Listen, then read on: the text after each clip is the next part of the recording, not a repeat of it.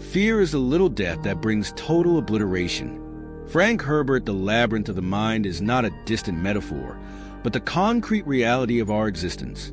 Every thought, every hesitation, every doubt builds the invisible walls that imprison us. We are here to face this fundamental truth. Since the beginning, the great masters have warned us about the illusions of the mind. Buddha spoke of the suffering caused by attachment. Plato showed us the shadows in the cave, and Jung revealed the depths of the collective unconscious. Everyone pointed in the same direction. Liberation is beyond the labyrinth we created. Fear is the chief architect of this maze.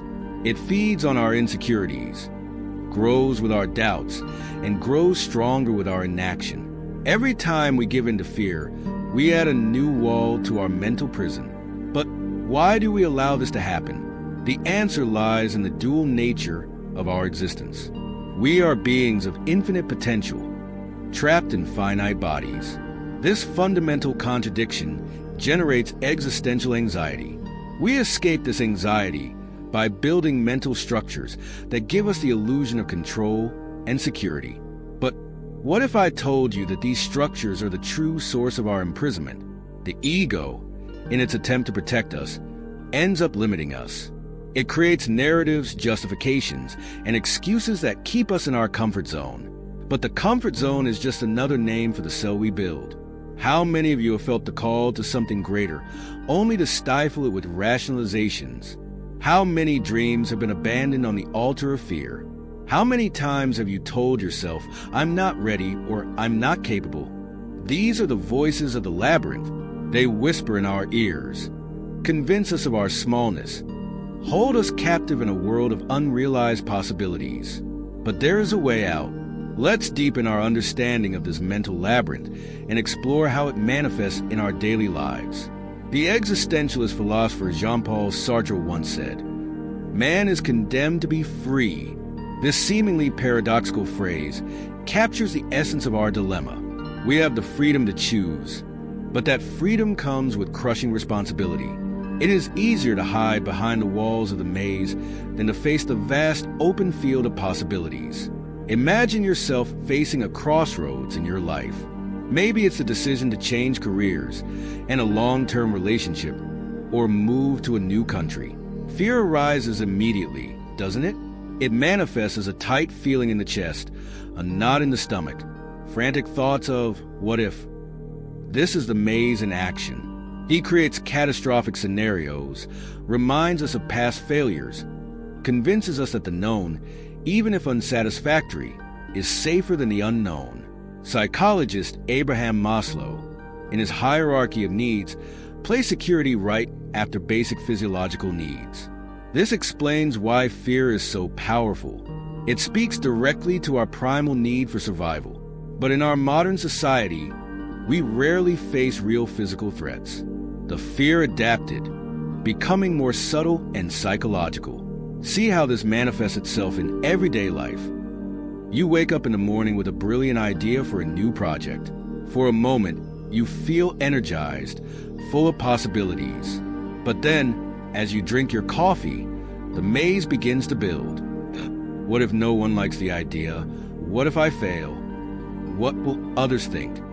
Before you even get to work, you've already given up on the idea, convincing yourself that it was foolish or impractical.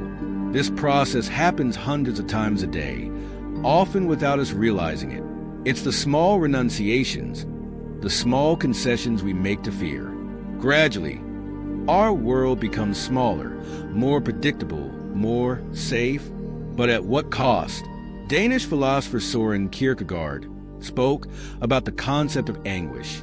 He saw it not as something purely negative, but as a catalyst for growth. Anxiety, according to Kierkegaard, arises when we confront the vastness of our possibilities. It is the price we pay for our freedom.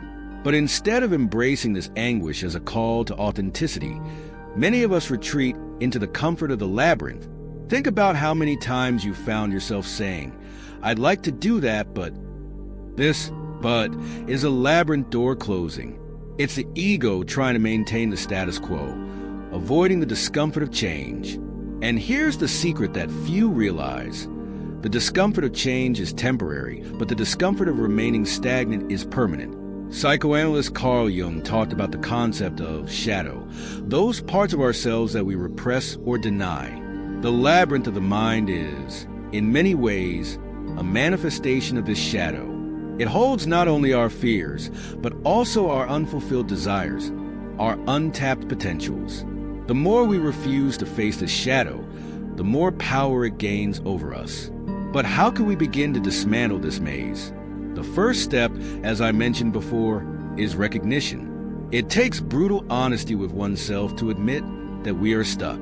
This requires courage, as it means confronting not only our fears, but also our self-imposed lies.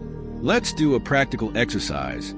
Take a paper and a pen, right at the top. If I weren't afraid, I would. Now complete this sentence as many times as you can in 5 minutes. Don't censor, don't judge, just let it flow. You will be surprised at what emerges. These are the doors to your labyrinth, waiting to be opened. After doing this exercise, take a deep breath and feel. Feel the weight of these unrealized possibilities. Feel the sadness, the frustration, maybe even the anger. These feelings are valuable. They are the fuel you will need to start tearing down the walls. The next step is the practice of mindfulness.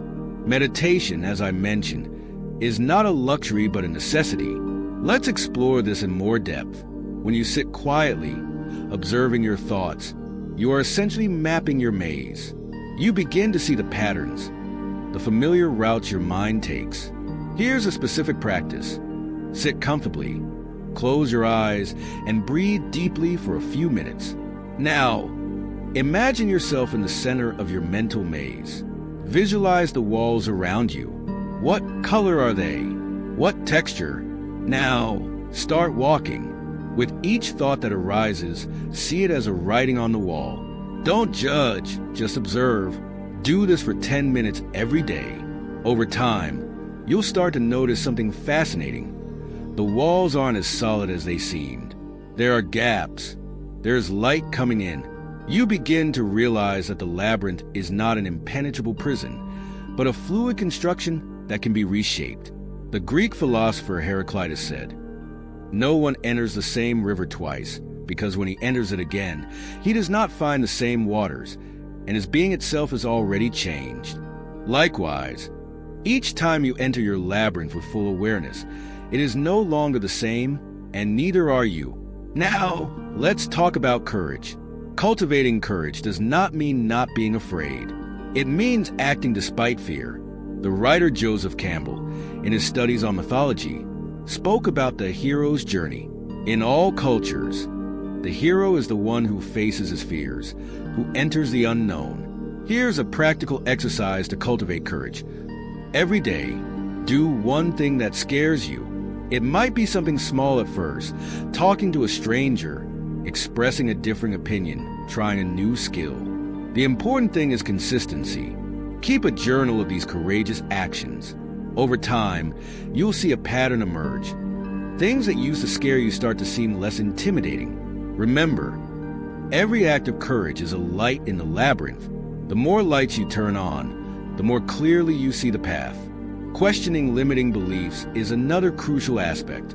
Our beliefs are like the foundations of the labyrinth. If we change beliefs, the entire structure begins to transform. Philosopher and mathematician Bertrand Russell said, "The hardest thing to see is what is before our eyes." Our limiting beliefs are so deeply rooted that we often don't even notice them. Here's a powerful technique for questioning beliefs. Whenever you catch yourself thinking, "I can't," or "that's impossible," stop and ask, "Is it really true?" Then look for evidence that contradicts that belief. You will be surprised to realize how many of your truths are actually unexamined assumptions. For example, let's say you have the belief, "I'm too shy to speak in public." Question this. Were there times when you spoke comfortably in smaller groups? Have you ever seen similarly shy people overcome this fear? Is shyness a fixed characteristic or a skill that can be developed? As you ask this kind of questioning regularly, you begin to realize that many of the walls of your maze are made of paper. They appear solid from a distance, but can easily be passed through when examined up close. Gratitude, as I mentioned, is a powerful antidote to fear. But let's delve deeper into this. Gratitude is not just about appreciating what you have. It's about fundamentally changing your perspective on life. When you practice gratitude consistently, you are essentially training your brain to look for the positive rather than the negative. Neuroscientists have discovered that our brains have a negative bias. We tend to give more weight to negative experiences than positive ones. This made sense evolutionarily, when we needed to be constantly alert to threats.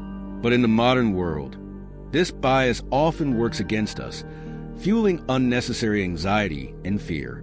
Practicing gratitude can rebalance this. Here's an exercise. Every night before bed, write down 3 things you're grateful for. But don't stop there. For each item, write why you are grateful for it and how it makes you feel. For example, instead of just writing, "I'm grateful for my family," you could write, "I'm grateful for my sister's unconditional support.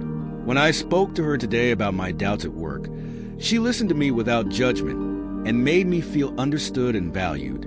By doing this regularly, you are creating new neural pathways, literally rebuilding your mental labyrinth to be a place of abundance and possibility rather than scarcity and limitation. Now, let's talk about connection. Philosopher Martin Buber spoke about the importance of genuine encounter between people. He argued that it is through these authentic connections that we truly know ourselves and transform ourselves. In the context of our mental labyrinth, connecting with others is like finding fellow travelers. They can show us paths we hadn't seen, encourage us when we hesitate, and remind us of our strength when we forget. Here's a practice for cultivating meaningful connections. Once a week, have an in-depth conversation with someone. It could be a friend, a family member, or even a stranger, with due care and in an appropriate environment, of course. Ask questions that go beyond the superficial. What keeps you up at night? When was the moment you felt most alive? If you could change one thing in the world, what would it be? These conversations not only enrich our lives, they also remind us of our shared humanity. They show us that we are not alone in our labyrinths, that others also struggle, fear, and aspire. As we move forward on our journey of self-discovery, it is important to recognize that the process is not linear. There will be days when you feel lost, days when it feels like the walls of the maze are closing in. This is normal. Philosopher Friedrich Nietzsche said, "You must have chaos within you to give birth to a dancing star." These moments of chaos, of doubt, are an integral part of the process. They are the inflection points where true transformation occurs. When you feel this way, remember, the maze is not your enemy. He is a teacher, a catalyst for growth. Let's explore some additional practices that can help in these challenging times. Free writing. Set aside 15 minutes a day to write without stopping. Don't worry about grammar, punctuation, or even coherence. Just let the thoughts flow onto the paper. This can help release tensions and insights that are trapped in the subconscious. Creative visualization. Imagine yourself in the future, having overcome your current fears. What is this version of you like? How does she move, talk, interact with others? Practice being that version of yourself for a few minutes every day. Mindful breathing. When you feel fear arising, stop and focus on your breathing. Inhale for 4 seconds, hold for 4, exhale for 4, hold for 4. Repeat this for a few minutes. This technique, known as square breathing, can calm your nervous system and bring you back to the present. Symbolic ritual. Create a personal ritual to let go of fears. This can be as simple as writing your fears on paper and burning it safely, or as elaborate as creating a personal release ceremony that you perform periodically. Practice compassion. When you catch yourself being hard on yourself, stop and ask, what would I say to a friend in this situation? Practice talking to yourself with the same kindness and understanding you would offer a loved one. These practices, when incorporated consistently into your life, begin to create fissures in the walls of the labyrinth. Through these cracks, light begins to enter. It is crucial to understand that the process of dismantling the maze is not about destruction. but about transformation. You're not trying to completely eliminate fear or anxiety. These are natural and sometimes helpful aspects of the human experience. The goal is to change your relationship with these feelings.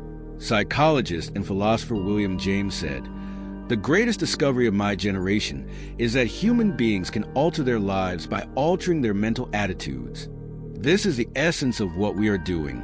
We are altering our attitude toward the labyrinth. Imagine the labyrinth not as a prison, but as a garden. A garden requires care, attention, sometimes pruning, but it is also a place of growth, of beauty, of possibilities. When you change your perception in this way, fear loses its absolute power. It becomes just another plant in the garden, something to be observed, understood, sometimes pruned, but not something that defines or limits the entire space. As you progress along this journey, you will begin to notice subtle but profound changes. You may find yourself having a difficult conversation that you would have avoided before, or perhaps you notice that you are more willing to try new things, to expose yourself more. These are signs that the labyrinth walls are becoming more permeable. A fascinating aspect of this process is how it affects not only your internal life, but also your interactions with the world. As you free yourself from your fears, you become more authentic in your relationships. This, in turn, inspires others. You become a beacon, showing others that it is possible to navigate the maze. Philosopher Ralph Waldo Emerson wrote, "What is behind us and what is before us are small things compared to what is within us." This is a profound truth. The labyrinth of the mind may seem vast and intimidating, but the potential within you to overcome it is infinitely greater. As we continue our exploration, it is important to remember that this is not a process with a defined endpoint. There is no time when we can say there, "I have overcome all my fears forever." Life will continue to present new challenges, new fears. But with each challenge we face, with each fear we recognize and overcome, we become more adept at navigating the maze. Let's consider how this process of self-discovery and overcoming fears manifests itself in different aspects of our lives. At work, many people stay in unsatisfactory jobs out of fear of change. The maze here can manifest as thoughts like, "What if I'm not good enough for a new job? What if I fail?" As you begin to dismantle these limiting beliefs, you may find yourself taking more professional risks, seeking out new opportunities, or even following a long-suppressed passion. In relationships, fear of intimacy, vulnerability, or abandonment can create thick walls in our emotional labyrinth. By working through these fears, you can become more open, more authentic in your relationships. This not only improves existing connections, but also makes room for new, deeper connections. In creativity, how many works of art, books, music, or innovative ideas never saw the light of day because someone was trapped in a maze of fear of criticism or failure?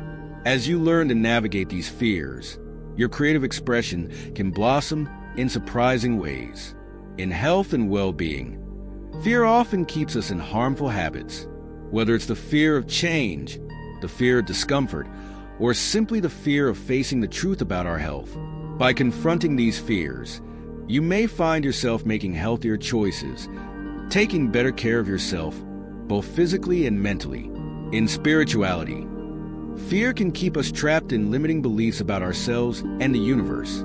As we expand our consciousness and challenge these limitations, we can experience a deeper connection with something greater than ourselves, whether this is defined in religious terms, philosophical terms, or simply as a sense of belonging in the universe.